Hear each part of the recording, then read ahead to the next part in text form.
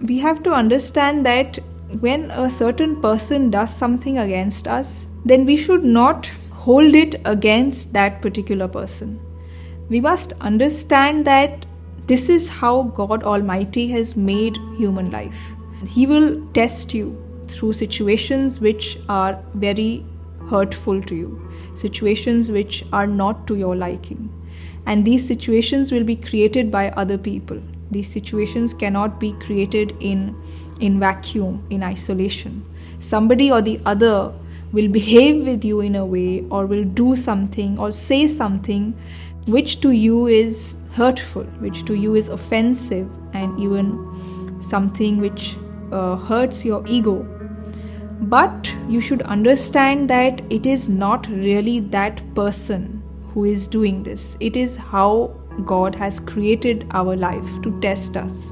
So this is part of the creation plan of God. You will face various situations and circumstances, ups and downs, pleasant and unpleasant situations. You will suffer failure, you will experience success.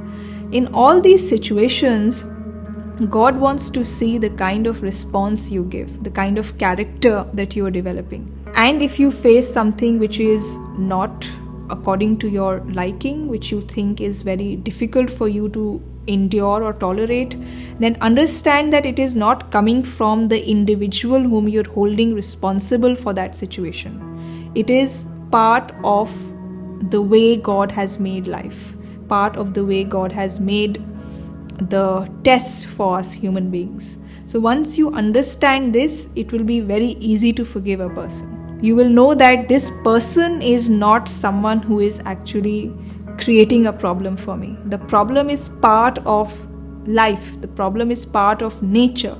As the Quran also says that we have created man in toil and hardship.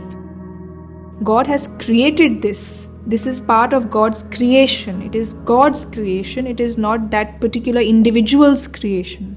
So when you think of it in this manner, you will be able to forgive that person and also forget the hate or the pain that you suffered at his hands. So you have to look at it with or in relation to God Almighty, not in relation to any individual.